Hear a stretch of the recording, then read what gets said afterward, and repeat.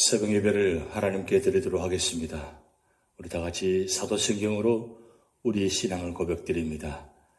전능하사 천지를 만드신 하나님 아버지를 내가 믿사오며 그 외아들 우리 주 예수 그리스도를 믿사오니 이는 성령으로 잉태하사 동정녀 마리아에게 나시고 본디오 빌라도에게 고난을 받았사 십자가에 못 박혀 죽으시고 장사한 지 사흘 만에 죽은 자 가운데서 다시 살아나시며 하늘에 오르사 전능하신 하나님 우편에 앉아 계시다가 저리로서 산자와 죽은 자를 심판하러 오시리라.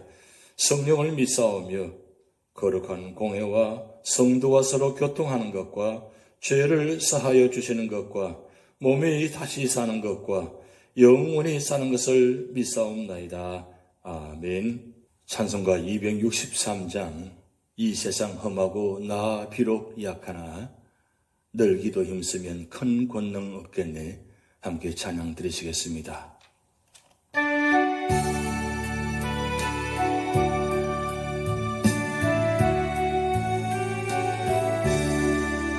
이 세상 험하고 나 비록 약하나 늘 기도 힘쓰면 큰 권능 얻겠네. 주의 은혜로 대속받았어. 비와 같이 붉은 죄 눈같이겠네. 주님의 권능은 한없이 크니 돌 같은 내 마음 건너겨 주소서. 주의 은혜로 대속받아서 비와 같이 붉은 죄 눈같이겠네. 내 맘이 약하여 늘 넘어지오니 주 예수 힘주사 굳세게 하소서. 주의 은혜로 대속받았어. 비와 같이 붉은 죄 눈같이겠네. 제사함 받은 새 사람 되어서 저 앞에 서는 날 늘 찬송하겠네. 주의 은혜로 대속받았어. 비와 같이 붉은 죄 눈같이겠네. 주의 은혜로 대속받았어. 비와 같이 붉은 죄 눈같이겠네.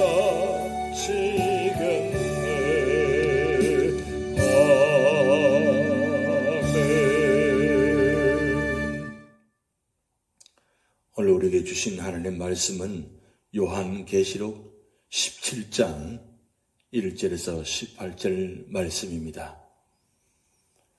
또 7 대접을 가진 7 천사 중 하나가 와서 내게 말하여 이르되 이리로 오라. 많은 물 위에 앉은 큰 음녀가 받을 심판을 내게 보이리라.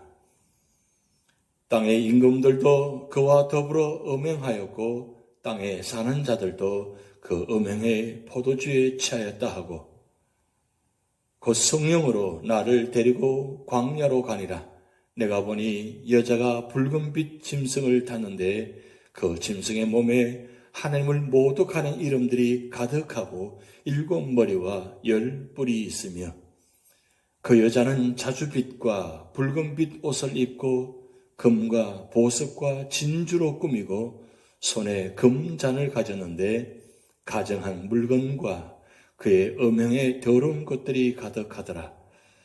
그의 이마에 이름이 기록되었으니 비밀이라, 큰 바빌론이라, 땅의 음녀들과 가정한 것들의 음이라 하였더라. 또 내가 보매 이 여자가 성도들의 피와 예수의 증인들의 피에 취한지라. 내가 그 여자를 보고 놀랍게 여기고 크게 놀랍게 여기니 천사가 이르되 왜 놀랍게 여기느냐? 내가 여자와 그가 탄 7머리와 10뿔 가진 짐승의 비밀을 내게 이르리라. 내가 본 짐승은 전에 있었다가 지금은 없으나 장차 무정행으로부터 올라와 멸망으로 들어갈 자니 땅에 사는 자들로서 창세 이후로 그 이름이 생명책에 기록되지 못한 자들이 이전에 있었다가 지금은 없으나 장차 나올 짐승을 보고 놀랍게 여기리라. 지혜 있는 뜻이 여기 있으니 그 7머리는 여자가 앉은 7산이요 또 7왕이라. 5은 망하였고 하나는 있고 다른 하나는 아직 이르지 아니하였으나 이르면 반드시 잠시 동안 머무르리라. 전에 있었다가 지금 없어진 짐승은 8째 왕이니 7 중에 속한 자라. 그가 멸망으로 들어가리라. 내가 보던 10뿔은 10왕이니 아직 나라를 얻지 못하였으나 다만 짐승과 더불어 임금처럼 한동안 권세를 받으리라. 그들이 한 뜻을 가지고 자기의 능력과 권세를 짐승에게 주더라. 그들이 어린 양과 더불어 싸우려느니와 어린 양은 만주의 주시오 만왕의 왕이시므로 그들을 이기실 터이요 또 그와 함께 있는 자들 곧 부르심을 받고 택하심을 받은 진실한 자들도 이기리로다. 또 천사가 내게 말하되 내가 본 바 음녀가 앉아있는 물은 백성과 무리와 열국과 방언들이니라. 내가 본 바 이 10뿔과 짐승은 음녀를 미워하여 망하게 하고 벌거벗게 하고 그의 살을 먹고 불로 아주 살이리라. 이는 하나님이 자기 뜻대로 할 마음을 그들에게 주사 한 뜻을 이루게 하시고 그들의 나라를 그 짐승에게 주게 하시되 하나님의 말씀이 응하기까지 하심이라. 또 내가 본 그 여자는 땅의 왕들을 다스리는 큰 성이라 하더라. 아멘. 오늘 요한계시록 17장의 말씀은 우리 모든 신앙인들이 어떻게 하면 승리하는 신앙생활을 할 것인가에 대한 말씀이 나와 있습니다. 요한계시록 16장은 이 지구상에 일어나는 마지막 전쟁과 하나님의 최후의 진노의 전경을 다루었습니다. 이어지는 17장은 그 하나님의 마지막 진노를 통해서 멸망하게 될 이 지상의 왕국을 묘사하는 거 있습니다. 그리고 18장에 들어가면 그 마지막 세상 왕국이 멸망하는 모습이 구체적으로 설명되어집니다. 그런 다음 19장에 예수님의 재림에 대해 묘사하고 있습니다. 17장에서 마지막 세상 왕국은 바빌론으로 상징되어 있습니다. 저 고대의 유명한 바빌론 제국 이후에 이 지구상에서는 수많은 왕국들이 일어나고 사라지고 하면서 흥망성쇠의 역사를 되풀이해 왔습니다. 시대와 역사를 통해서 각 문명의 이름은 달랐어도 그것은 모두가 다 여러 가지 모습의 바벨론 제국이었을 뿐입니다. 그런데 본문인 요한계시록 17장에서는 역사 속에서도 새롭게 부상하기도 하고 침몰하기도 한 세상 왕국 중에서 마지막 왕국에 대해서 묘사하고 있습니다. 한마디로 마지막 바벨론의 이야기라고 할 수가 있습니다. 17장, 18장은 큰 음료로 상징된 바벨론의 모양과 멸망을 보여주고 있습니다. 그러기에 계시록은 격려와 위안의 책이기도 합니다. 예수 그리스도께서 결국 모든 원수들을 이기시고 승리하셨기 때문입니다. 그러나 원수들의 권세와 포악은 놀랍습니다. 그러므로 우리는 믿음의 원수를 알고 잘 배워야 믿음 생활에서 승리할 수 있는 것입니다. 그러면 승리하는 신앙생활을 하려면 어떻게 하면 되겠습니까? 첫 번째로는 1절에서 6절 말씀을 통해서 세상의 세속주의와 향락에 빠지지 말아야 한다고 말씀하고 있습니다. 사도 요한은 이번에 큰 음녀가 많은 물 위에 앉아있는 모습을 보았습니다.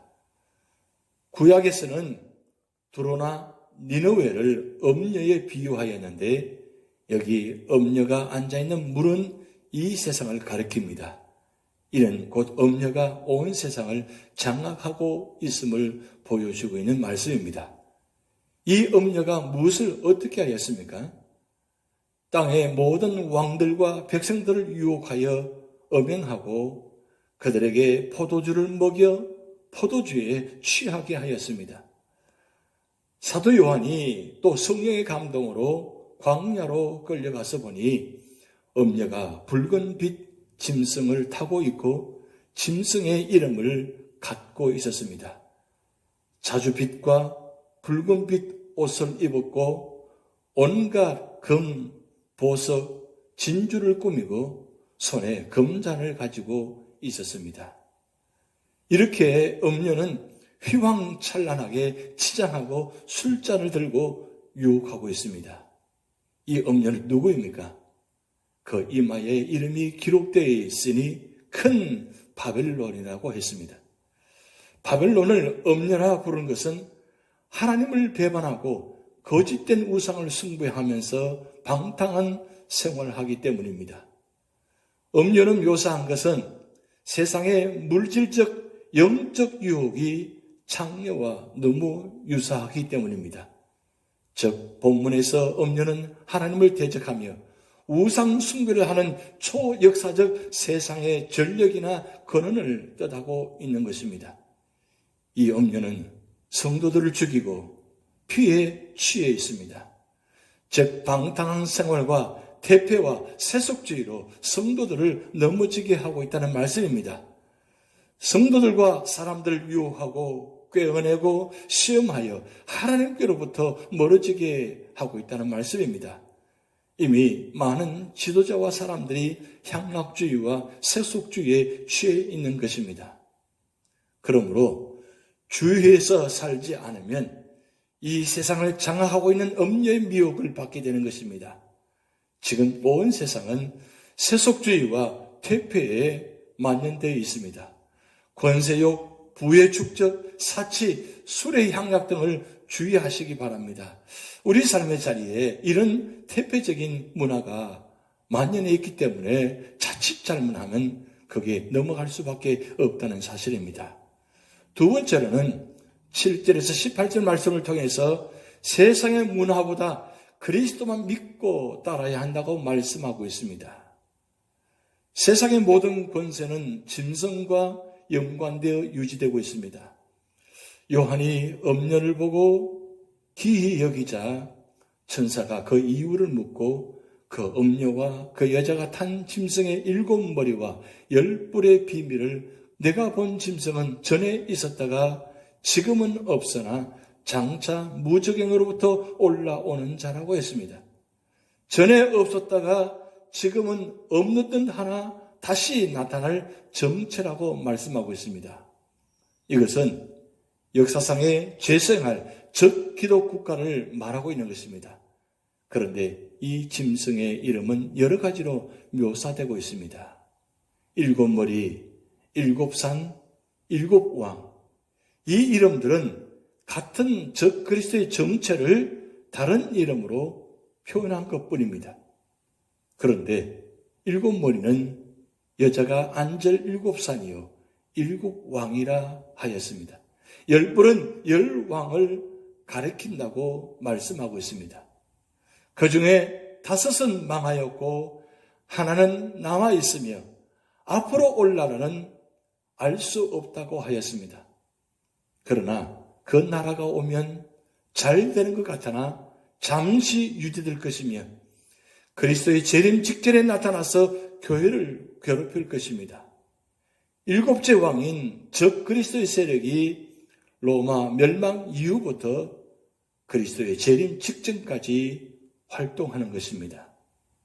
또 일곱째 짐승의 활동 기간은 일시적이나 그 지배력은 전 세계적이라고 말씀하고 있습니다. 일곱째 짐승은 여러 왕들과 세력을 규합하여 모든 영역, 즉 예술이나 교육, 상업이나 스포츠나 음악, 정권이나 권력 등을 지배하는 것입니다. 그래서 세상은 그 문화권에 굴복하여 허영의 길을 걸을 것입니다. 또 이렇게 저들은 성도들을 대항하며 그리스도를 대적합니다. 그러나 저들은 어린 양 예수 그리스도에 의해서 멸망을 당할 것입니다. 어린 양이 그의 입에서 나오는 검을 가지고 저들을 진멸한다고 말씀하고 있습니다. 천하에 만왕의 왕이신 그리스도를 당할 자가 어디 있겠습니까? 없습니다. 그리고 음료는 이제 짐승에 의하여 멸망을 당하는 것입니다. 그들의 계획조차 하나님의 섭리 안에 있는 것입니다. 이 음료의 활동은 하나님의 주권 하에서 천국 운동의 이용물이 될 뿐 결국은 망하게 될 것입니다. 많은 우상과 더 많은 미신들과 더 많은 가짜 종교들이 첨단 과학의 이 시대에 유행하고 있습니다. 이 세상은 단순히 세속화되어 가고 있는 것이 아니라 종교화하고 있다는 사실을 간과해서는 안 될 것입니다. 우상 종교화 혹은 사단 종교화하고 있는 것입니다. 사단의 종교화의 대표적인 예가 바로 뉴 에이지 운동인 것입니다. 지금은 그 운동의 영향력에 미치지 않는 분야가 없을 정도로 대단하게 지금 퍼져 있는 것입니다. 그 뉴 에이지 운동을 고발하는 책 가운데 더글라스 그루톨이라는 사람이 쓴 뉴 에이지의 정체라는 것이 있는데 이 책에 보면 이 운동의 5가지 구체적 목표가 나와 있습니다.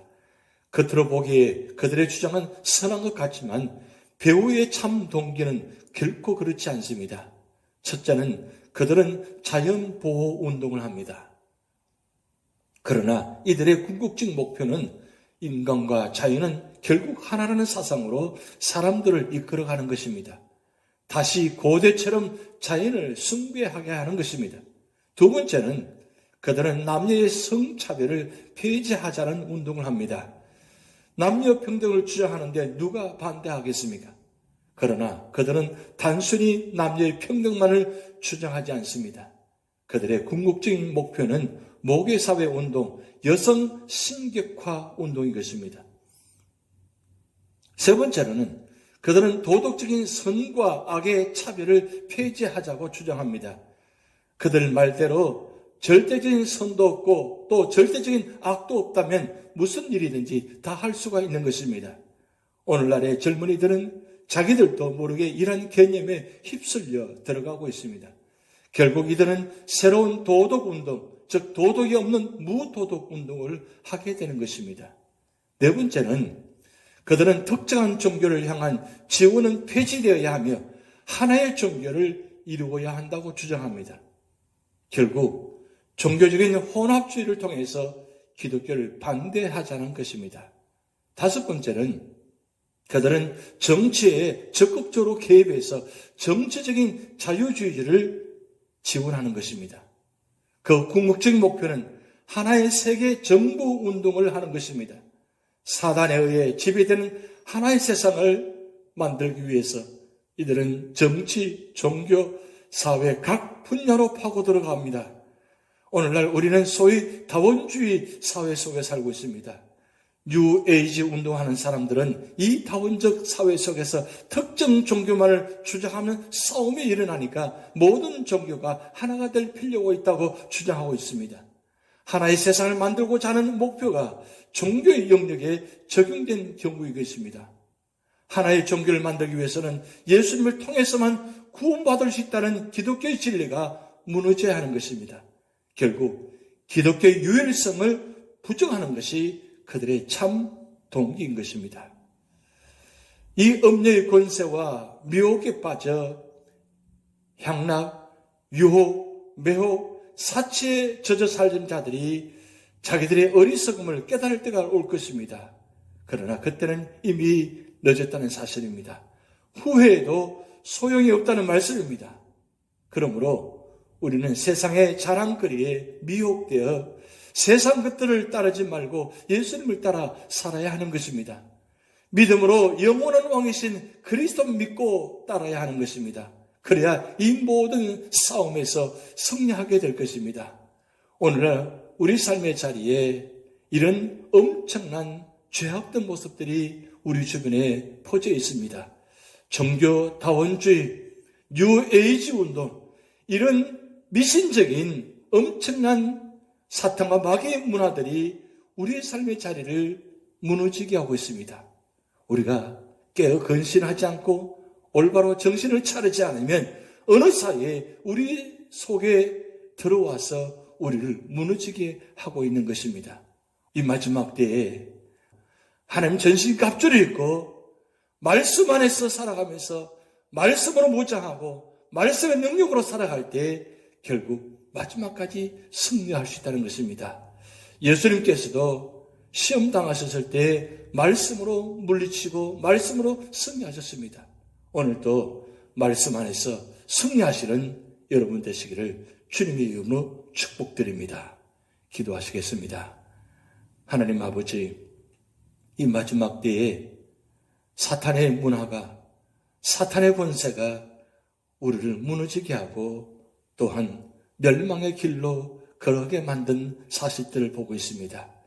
하나님, 요한계시록 17장을 통해서 주시는 말씀 다시 한번 기억하게 하시고 우리는 말씀에 있어서 말씀 안에서 살면서 말씀의 능력으로 이 세상을 물리치시도록 하나님 역사하여 주시옵소서. 오늘도 성령 충만, 말씀 충만, 은혜 충만한 삶의 자리가 되어서 모든 삶 속에서 주님과 동행하는 믿음의 삶이 되도록 인도하시고 어떤 환난과 역경과 고통과 질병의 아픔이 다가온다 할지라도 하나님, 우리는 반드시 말씀 위에 승리하시도록 하나님 붙잡아 주시고 인도하여 주시옵소서. 무엇보다도 우리는 하나님의 자녀로서 선택받은 자로서 우리는 마지막까지 승리자로서 살아가게 하시고 언제나 우리 삶의 자리마다 찬양과 말씀과 기도로 승리하시도록 하나님 축복하여 주시옵소서. 오늘의 한 달의 삶을 주님께 맡겨오며 예수님의 이름으로 축복하며 기도하옵나이다. 아멘. 다 같이 주기도문 하시겠습니다. 하늘에 계신 우리 아버지여, 이름이 거룩히 여김을 받으시오며 나라의 임하옵시며 뜻이 하늘에서 이룬 것 같이 땅에서도 이루어지이다.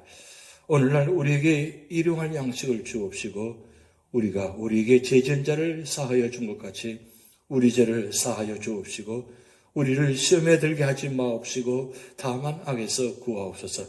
대개 나라와 권세와 영광이 아버지께 영원히 이사옵나이다. 아멘.